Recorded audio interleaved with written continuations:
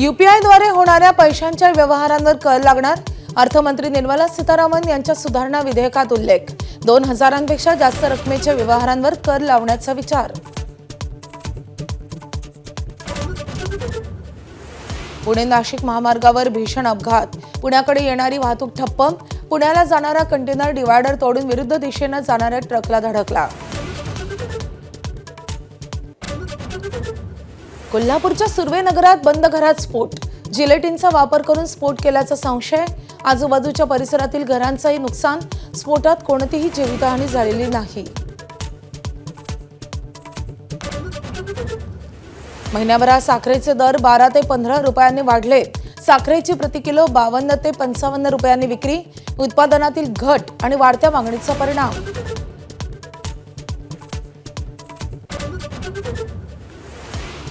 राज्यातील निवासी डॉक्टरांचा आज राज्यव्यापी संप. होमिओपॅथी डॉक्टरांच्या MMC मध्ये नोंदणीला विरोध.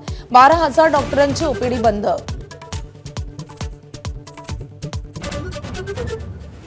पीओपी मूर्तींवर यंदा तरी बंदी अशक्य. राज्य सरकारनं मांडली हायकोर्टात भूमिका. पंतप्रधानांच्या मातीच्या मूर्तींचं आवाहन पुढील वर्षी अंमलात आणू. सरकारनं केलं स्पष्ट. राज्याचे अन्न सुरक्षा आयुक्त तुकाराम मुंढेंचा मोठा निर्णय. अॅनालॉग नॉन डेअरी पनीरवर महाराष्ट्रात वर्षभर बंदी. हॉटेल, रेस्टॉरंट आणि केटरर्सचा वापरास मनाई.